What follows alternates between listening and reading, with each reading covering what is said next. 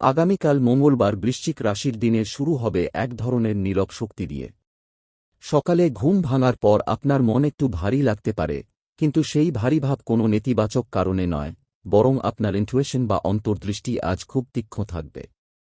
আপনি চারপাশের ছোট ছোট পরিবর্তনও খুব গভীরভাবে বুঝতে পারবেন। বিছানা থেকে উঠেই মনে হতে পারে আজ কোনো গুরুত্বপূর্ণ কাজ বা সিদ্ধান্ত আপনাকে অপেক্ষা করছে।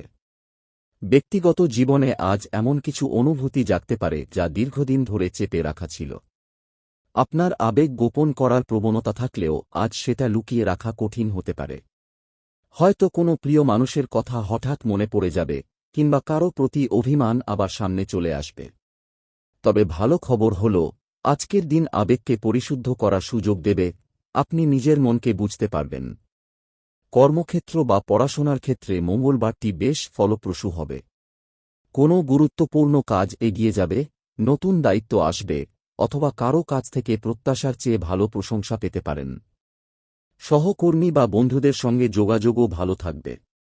কোনো পুরনো ভুলের সংশোধন বা অসমাপ্ত কাজ শেষ করার সুযোগও আসতে পারে। অর্থনৈতিক দিকটি তুলনামূলকভাবে স্থিতিশীল থাকবে, তবে হঠাৎ কোনো প্রয়োজনীয় খরচ করতে হতে পারে।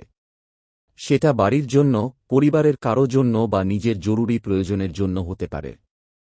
তবু ভয় পাওয়ার কিছু নেই, এই খরচ দীর্ঘমেয়াদে আপনার উপকারেই আসবে। প্রেমের ক্ষেত্রে মঙ্গলবারের শক্তি খুব আবেগময় ও গভীর। যাদের সম্পর্ক আছে তারা সঙ্গীর সঙ্গে মন খুলে কথা বললে সম্পর্কের ভুল বোঝাবুঝি মিটে যাবে।